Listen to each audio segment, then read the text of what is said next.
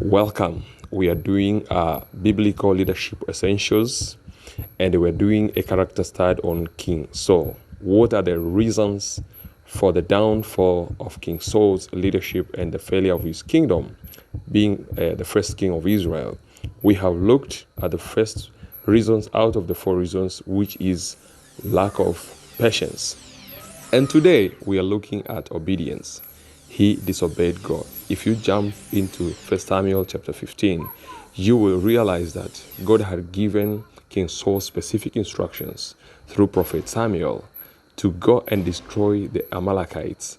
And king of Amalekites was called King Agag because they are sinners and they disturbed the Israelites when they were coming from Egypt.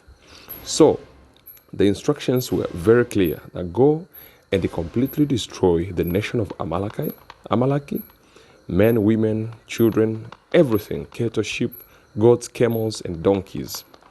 And now, when King Saul organized his armed people and they invaded successfully these Amalekites, he decided to spare King Agag together with the best of the sheep and the cattle, which he thought his army people and himself were good in his eyes, thinking that this is the best out of them.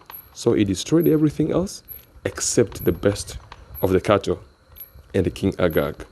Now, when Samuel came to him, he told him, "What have you done?" And this was the failure. Why did you disobey God's commandment? This is very important.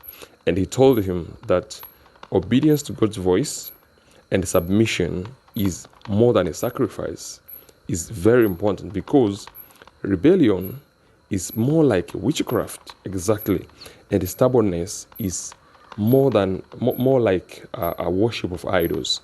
This is how God takes disobedience.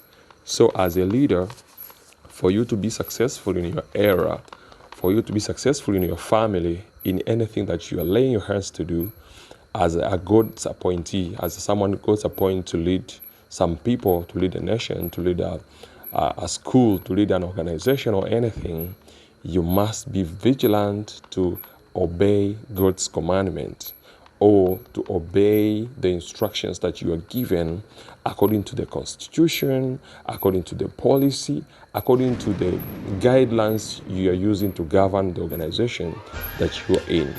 Failure to do that, if you spare any people or anything out of the instructions that you are given, that's a disobedience.